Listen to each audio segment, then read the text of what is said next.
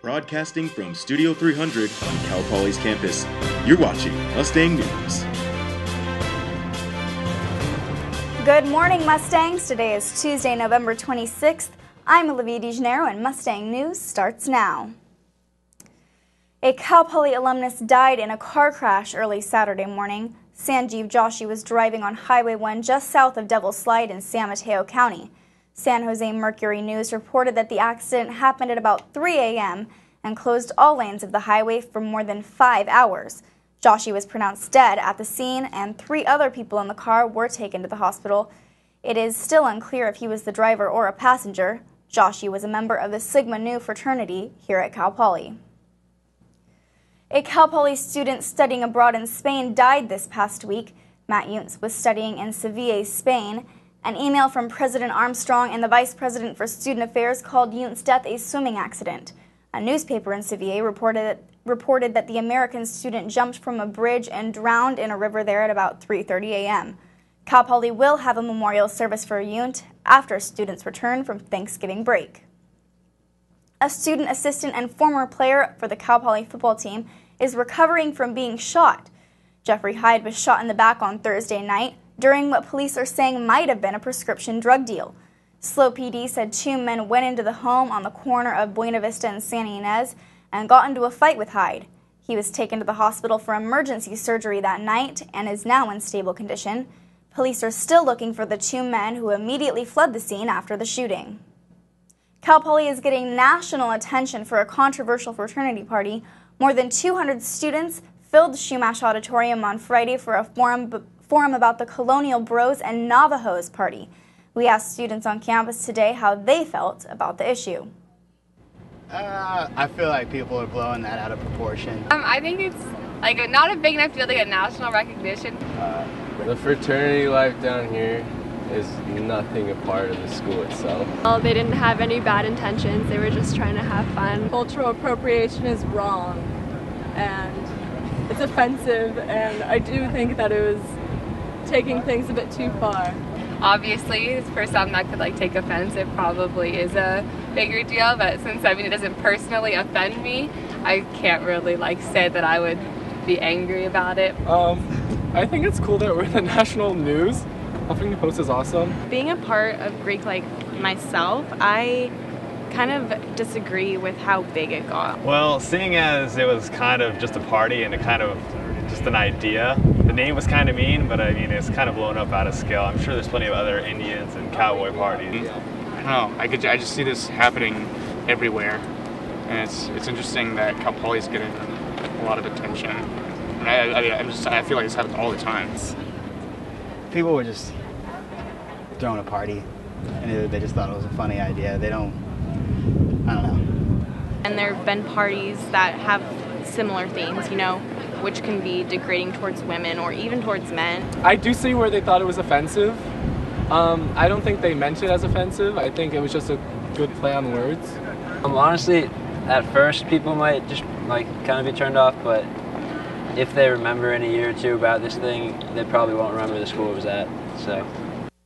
If you missed Friday's forum, you can see the full video along with all of our coverage about the party on mustangnews.net. A video about Cal Poly went viral on campus earlier this year, but it also upset some people. The video focused on 3 international students from different colleges at Cal Poly and learned by doing philosophy.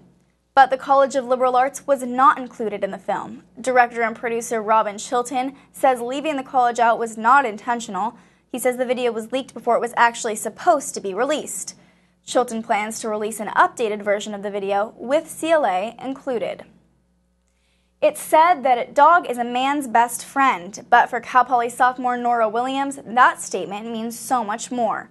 Nora's dog, Dakota, came from a background of neglect until Nora took her in as a family pet. Nora struggles with panic attacks, and medicine wasn't helping. But everything changed this past summer when Dakota helped Nora more than medicine ever could, by becoming a service dog.